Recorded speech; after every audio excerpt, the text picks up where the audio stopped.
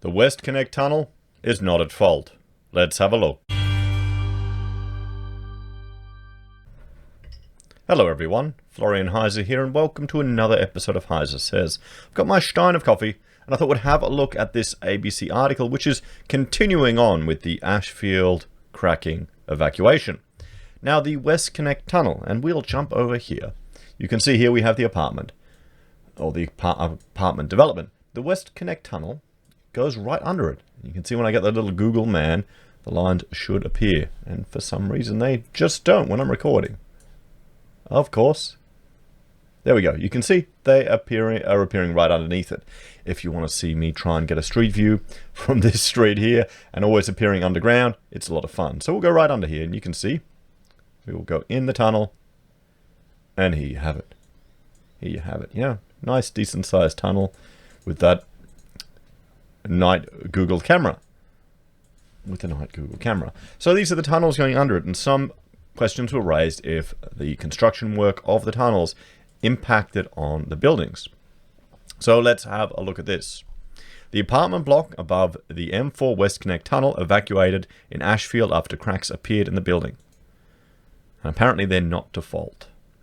The New South Wales Transport Minister has ruled out structural problems with the newly built M4 WestConnex Tunnel after a Sydney apartment building above it was evacuated after cracks were discovered in the building. And the building, it's a three-story walk-up, guys, you can see here, with a large basement underneath. Firefighters were called to Green Trees apartment complex on Knockdale Street in Ashfield about 3:30 a.m. after cracks appeared and movement was detected in the building. The building is about 20 years old, but firefighters said it was too early to determine what the cause, and were investigating the car park under the M4 tunnel, and the M4 tunnel underneath. I mean, here's the thing, in these type of buildings, and we'll jump back here. In these type of complexes, the basement's going to be, in many regards, the most complex part of it. I mean, these guys are only three-story walk-ups. They're not that complicated compared to the engineering that's required in the basement, particularly if you've got your little flood mitigation or little creek here, and then you've got the tunnels underneath. If you're going to get any issues, it's going to be in the basement, guys. You've got to walk in. Always check out the basement. Have a look in the basement. Look for cracking. Look for patching. Look for watering coming in. Because that, that literally is why you need a sinking fund, isn't it? New South Wales Fire and Rescue said the cracking was localized to one corner unit in the three-story building, and a total of 6 units were evacuated. On arrival, we did confirm there has been some minor movement of the building, so we commenced evacuation of approximately 10 people, said Superintendent Adam Dewberry. We've also isolated the power and other utilities for safety reasons. So here's the thing. Here's that one issue Australia has been quite lucky with. And, well, I shouldn't really say luck. I shouldn't say luck. Luck's not the best term. But our safety procedures, because we've got all these building disasters or building issues or evacuations around Sydney and around all of Australia. I'll turn all these off and you can see the little pins. But loss of life has been very low. Very low. There hasn't really been a disaster where you've had massive loss of life. Now, that's to do with, sadly, all of the laws and legislation in building. A lot of it has been put in place after a loss of life, after a disaster. Rachel did a thesis looking at fire safety in building and its evolution over time. There used to be a time when, fire evacuation doors existed, but they were locked. And in New York, they had external fire escapes attached to buildings, and you see it in all the sitcoms and things, but they're made of metal and can get hot.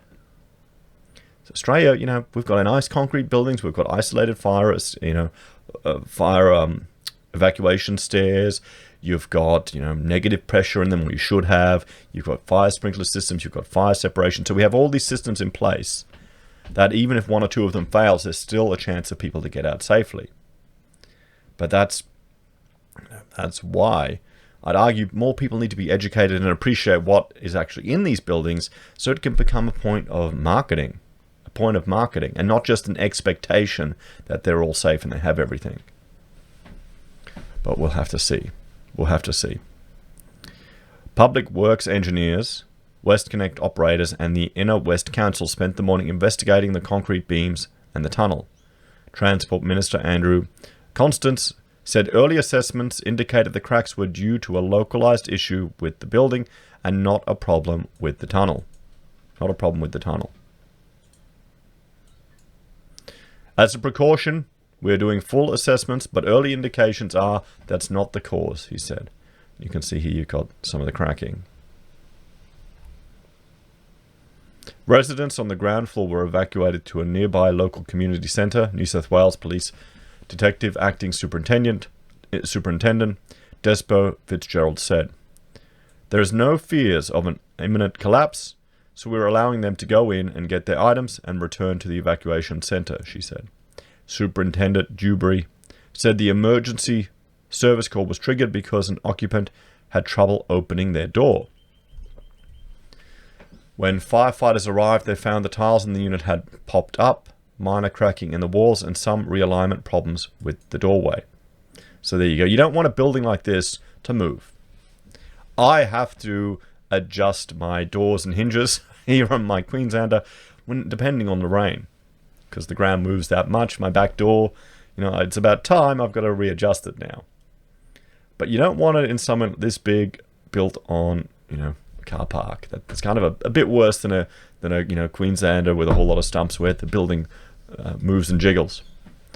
Superintendent Dewberry said laser measuring equipment carried to the scene was unable to detect any new movements in the building. He said investigators and the tunnel operators had found no link at this stage to the cracks in the WestConnex tunnel. It's very early on in the situation here, and there's a lot to be investigated and strategies to move forward, he said. The emergency call in Ashfield follows two other high-profile incidents involving cracks appearing in Sydney apartments. The first was Opal Towers, and then was Mascot. Both of these cases resulted in residents pursuing lawsuits. And, well, Mascot is a bit of a mess, and now there are changes to building legislation and responsibility that's going to occur in New South Wales, in the construction sector there. So we'll have to see how that manifests. The chain of responsibility is going to change. Everyone will be responsible. The problem is, with these buildings, say there's a defect identified, and it was done 20 years ago, and the builder, or developer did certain work. Maybe he was done it under direction from the developer, but it's the chain. There's no contractual relationship with the builder who built this and the person who's bought it, maybe secondhand. So it's going to be difficult to go back there. Sure, you have a duty of care and you have a liability potentially to that next person, but it's going to be hard to process that chain. And another issue with a lot of projects is the phoenixing. People will set up, developers, you see it when they go under, they will set up a business model for each development, each development they have. So you can see here,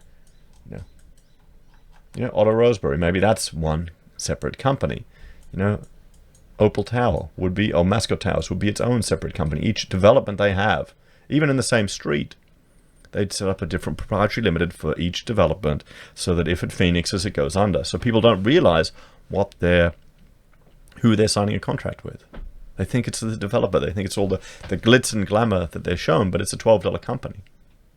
That's why I'd suggest we need to get free ASIC searches for anyone buying property. It needs to be completely free, so you can follow the paper trail. So you can insist that the contract has to be with a business that has assets. That has assets for recourse. Why not? Couldn't consumers start demanding it? If consumers start demanding it, what will happen to the market? Those who don't offer it will have to start offering a discount or other incentives to get people in there. The market's going to change, guys. The market is going to change. I hope it will. And I hope it can come from bottom up, not from top down. I think any government intervention in it isn't going to be as successful as people would hope. I think there has to be a grassroots push to educate consumers and to push them to demand more from the quality of the buildings they get.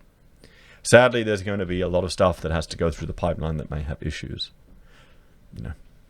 There's a few decades of dodgy construction and overheating market, particularly in Sydney. So it looks like here this is just an isolated problem on one building. We'll have to keep following this issue, see what occurs. Hopefully it's not going to be as significant as some of the other buildings. They responded to evacuate, and you cannot blame that for happening now in the current market. People are concerned. Maybe this is going to push more people into housing, into detached housing. What do you think, everyone? Would you want to go on a little 3-story walk-up? It's 20 years old. It's a brickie. But the problem is, if there's issues in one of these buildings, the entire body corporate, what if it's in the car park? It's going to be a nightmare. We'll have to see. Hopefully it's only a minor issue that can be corrected. As always, thanks for watching. Please like, share, and subscribe to the channel. Let me know your thoughts and opinions in the comments below. If you're a fan and want to support the content I create, there are a few ways you can. Simply interacting with the channel. It helps the algorithm. It helps the channel grow. You can support us financially via joining the channel on YouTube or Patreon, using any of our affiliate links at Amazon, eBay, Independent Reserve, or Kucoin. You can buy merch from HeiseSays, use Gold Pass from the Perth Mint, or support us via PayPal. Take care, guys. I'll see you next time.